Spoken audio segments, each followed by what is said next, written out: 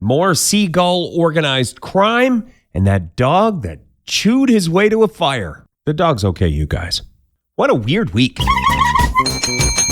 Hi, everybody, it's Weird. This is like crazy being here. Really weird tales. Well, I got a great show for you today with some wonderful weird stuff. Hi, friends. I'm Scott, and this is What a Weird Week. It's a show where we catch you up on all the weird stuff that happened this past week. We do a top 10 of the weird news. If you want show notes or to subscribe to our podcast, all those social media links, you can go to shownotes.page, shownotes.page. Here we go, Season 5, Episode 32, first published Friday, August 9th, 2024. 10. The high you get from bargain shopping lasts 3 hours and something. This is from Study Finds. Pretty big study, I think. 2,000 people were surveyed, and people who enjoy bargain shopping and that rush you get from getting a good deal. The study gets into different things like how much we love to brag about a good deal that we got and stuff like that. But one of the takeaways was, and you guys, I'm on the wagon there, so I don't drink the booze or partake of the stuff, you know. And so that seems like a long time, 3.5 hours of post-bargain bliss. The high you get from bargain shopping. I guess there are some highs that last longer, but 3.5 hours. Plus, you're saving money on something. Maybe a wonderful outfit that you can wear around the house while you're enjoying your post-bargain bliss. We'll link to the whole thing if you want to check it out, the show notes. Maybe you're not a bargain shopper and it's a mystery to you. This might be enlightening. 9. Another organized seagull crime ring. If you caught last week's episode, we talked about there was a seagull making headlines for stealing chips or crisps. This week, it's straight cash, although not exactly. This happened in Massachusetts. A fellow in a parking lot of a grocery store going to his vehicle, going across the parking lot, and doesn't have pockets. So his wallet is there on the top part of the cart, whatever, top shelf. Loads groceries in the vehicle, looks up, a seagull is there on the cart, grabs a wallet, flies off. And then they have surveillance video. We'll link to this in the show notes. The seagull is going through the wallet, doesn't want the cash, wants the credit card. There goes some money coming out of it. It's captured on video going through and getting the credit card and the license and stuff. So this fellow, There goes cash. he just wants his license back. He wants his credit card back. Another victim of seagull crime. Organized, it seems. Seagull crime. There's a bird out there. There's another seagull who knows this isn't right. It's not right to steal. And this message is for you, seagull. The man is offering a $100 reward. You can buy a lot of delicious French fries. Anyway, seagulls, come on. We want your information, not your name. Come forward. Hang on, up next, that famous dog made headlines for chewing and causing a fire. The dog's okay.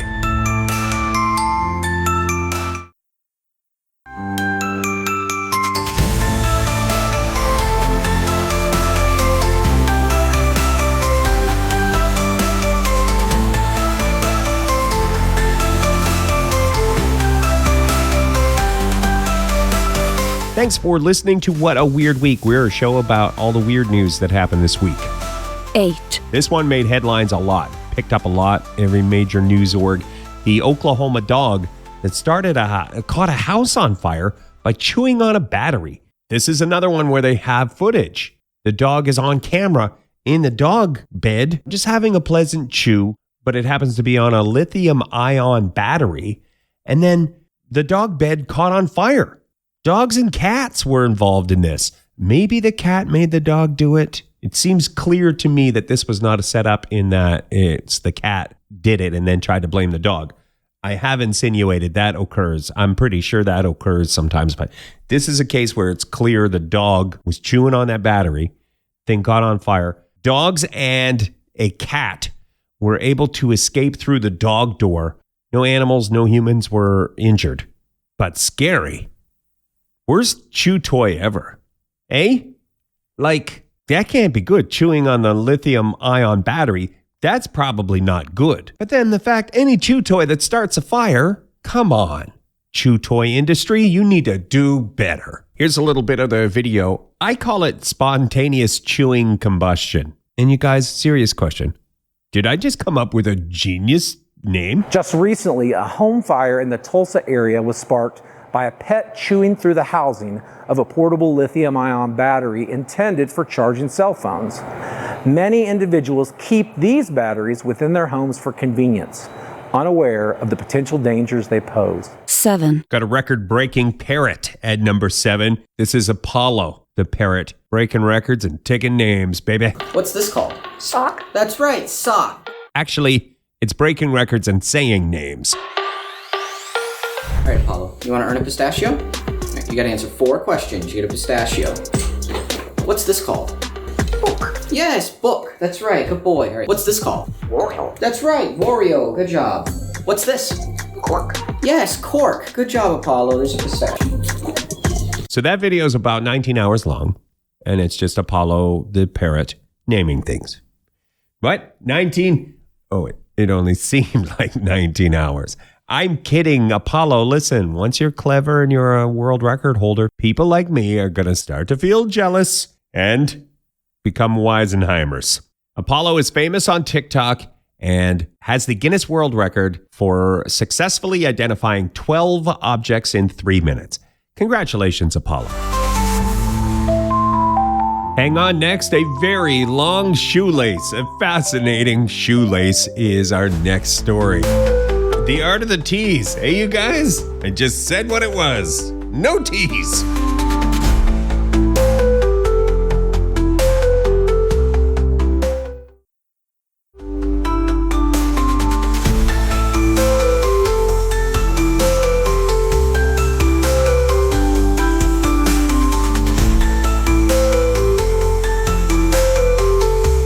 Thanks for listening to What a Weird Week. We do weird news, weird news, weird news. 6. Very long shoelace made headlines this past week, but like very long, you guys. Insanely long, 2,700 and some feet. More than half a mile of shoelace. And that is a world record breaker. This is a museum in Missouri. They broke the record for the most people in one place wearing underpants on their head. But then, just last week's episode, we talked about how that record got snatched away from the City Museum. Somebody on America's Got Talent convinced the entire studio audience to wear underpants on their heads, and that broke the record. So now the City Museum has a giant shoelace record. It's your move, America's Got Talent. This was really an interesting record to break. It kind of pays homage to the history of the place. So the City Museum is also a location where there used to be the International Shoe Company. The International Shoe Company building is there. So the museum teamed up with the folks from the shoelace factory and were able to use some of the old shoelace making equipment, and kablammy, you got yourself a very long shoelace. One of the things that's so fantastic about this record and the Guinness Book of World Records folks is if you make the longest shoelace in the world, one of the things you have to do to prove it's the longest shoelace in the world is you have to use it to tie a shoe. Now, they didn't use an enormous shoe, which was my hope. I'll link to the video in the show notes, or you can click shownotes.page. They used a traditional sized shoe, but laced the shoelace through it to prove it was really a shoelace that could function as a shoelace. I was hoping maybe pack up the shoelace, head to New York, Statue of Liberty, something like that. I don't know. A giant sneaker on the Statue of Liberty laced up with the biggest lace in the world. That would have been pretty cool. This is also pretty cool. 5. Hello to our friends in Australia. Number 5 is one of your stories. Thank you for liking, subscribing, 5-star reviews. In Australia, in the news, the Bluey coin heist. Now, Bluey is a dog, cartoon dog. It's the name of the show. Bluey is the star of the show, but Bluey!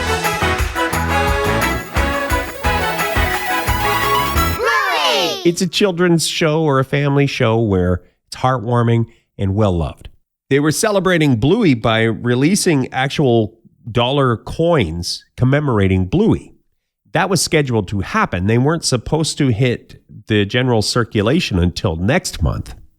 Meanwhile, these dollar coins, I should say, if where you live, you don't have coins, like in Canada, we got rid of the dollar bill. So here we have the dollar coin. Every so often, they'll come out with one that commemorates whatever, a hockey player or something like that, the Zamboni. You can get that dollar coin with the Zamboni on it or whatever. So that's what was going on here with Bluey, commemorating Bluey. They're worth $1, but collectors would pay more than that, right? So these coins were at a warehouse in a truck waiting to be shipped to or transported to a storage facility, I assume with a couple more locks on the door or whatever, the storage facility. So anyway, allegedly this warehouse employee saw an opportunity. 600,000 Australian dollars worth of Bluey coins gone. Dare I say, kablooey. That's kind of the gist of it. There are some nice photos of the Bluey coins. If you want to, we'll put a link in the show notes or click shownotes.page.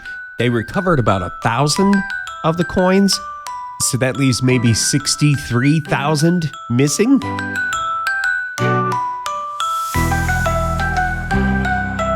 Okay, hang on. Up next is the school who wants to ban black clothing. What does it mean? What will it do?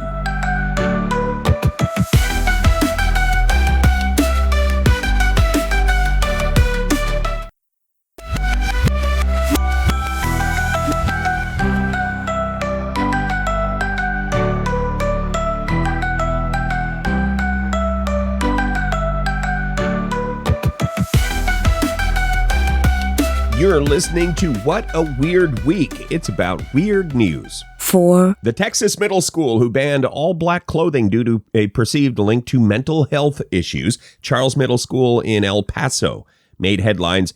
The school there has implemented a new dress code policy prohibiting students from wearing all black clothing. School admins say that is black clothing associated with depression, mental health issues, and criminality. Now, some parents, some students, not happy. Nobody likes to be told what to wear. I got to warn you, if you look into this just under the surface, like at first it just seems like a freedom of expression issue or, a lot of things become political very quickly. But just under the surface, there's a lot of different research into this. And you can waste a lot of time looking at different angles of colors, the psychology of colors, and the psychology of the clothing you wear. It's a lot, you guys. Some research seems to indicate that when you wear black, like one study was about sports teams whose uniform is black, it ain't always great for the sports team. But then other research seems to indicate black as a color of power and perhaps may indicate that you're taking back your power when you dress in black clothing. And there's another study that says wearing black may change your body chemistry and make you feel great. I have to be honest, this story almost didn't make our top 10 of weird news this week because it just seemed like one of those stories where the school board is cracking down on school uniforms. Anytime that happens, people don't like it. There are some people in the news who will say this ain't right, freedom of choice. But just under the surface, I'm learning all about the colors we wear and the research and the psychology into it. How something as simple as a piece of fabric can somehow change our mind brains. All of that just under the surface of this story. Links to all the stuff we talked about in the show notes. 3. Dolce & Gabbana's new dog perfume. Is it Gabbana or Gabbana? Potato banana. Dolce & Gabbana, the dog perfume that they launched, made headlines this week. It's called Fifi, and it costs 99 euros for a little bottle, 100 milliliter bottle. Company claims the perfume is safe for pooches, and some veterinarians are quoted in the article as having concerns that it might interfere with a dog's sense of smell. And then it gets into how pet owners, it seems to be a bit divisive. Potato banana. Anyway, some pet owners are like, don't overhumanize pets by dressing them up and making them smell like they're wearing perfume. And then other pet owners are like, that's a lovely smell. And my Brutus is usually stinky. So that's sort of me paraphrasing the sentiment of the article. I can't really weigh in on this one because I do not have a pet. I have asthma instead of a pet. And unfortunately, until the Patreon dollars start rolling in, we cannot afford to broadcast in Smellorama.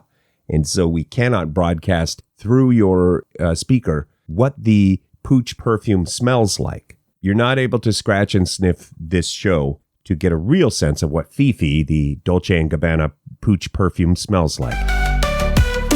Hang on, up next we have the story of the vending machine crab.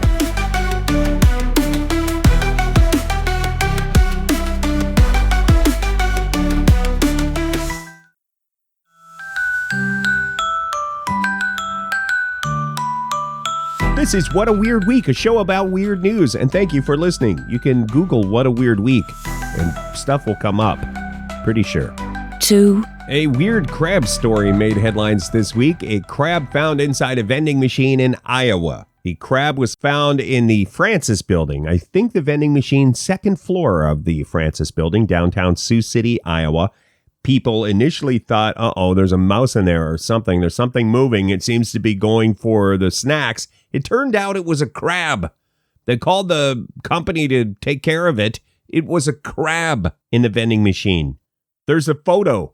The vending machine fellow got a photo of it. I think sent it back to head office. Like maybe they have some kind of a bet of the weirdest things you've found. I'd like to think that anyway, that if you work at a vending machine company, you have some sort of award every month for the weirdest thing found in the vending machine.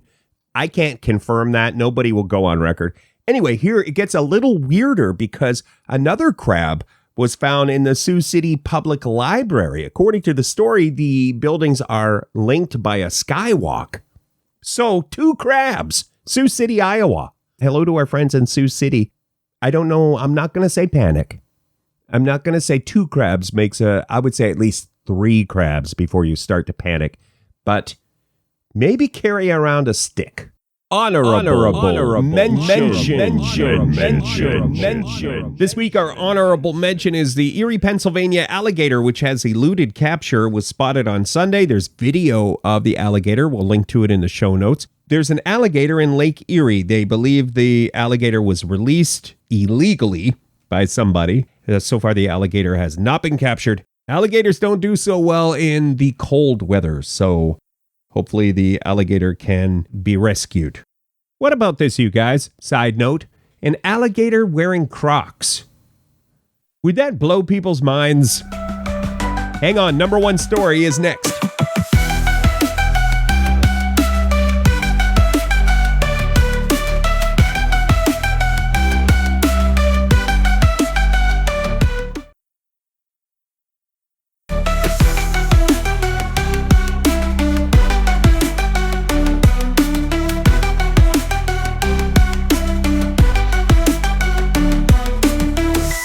You're listening to What a Weird Week, a show about weird news from this past week.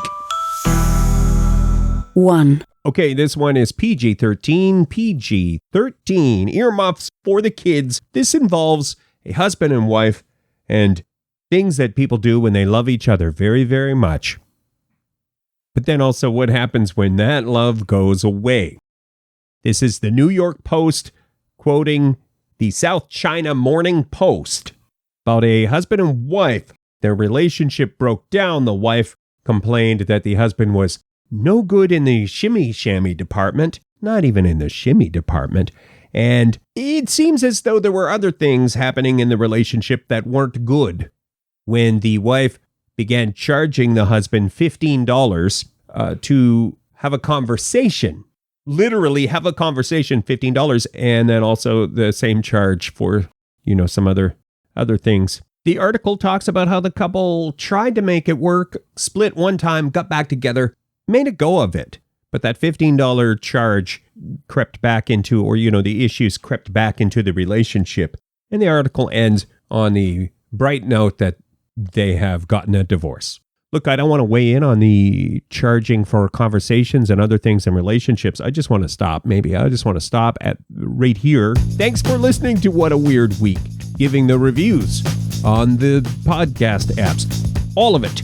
If you want to get our show notes, a transcript, or our social media stuff, go shownotes.page, shownotes.page. If you want to hear us weekends on Funhouse Radio, you can seek out Funhouse Radio online or ask your smart speaker to play Funhouse Radio.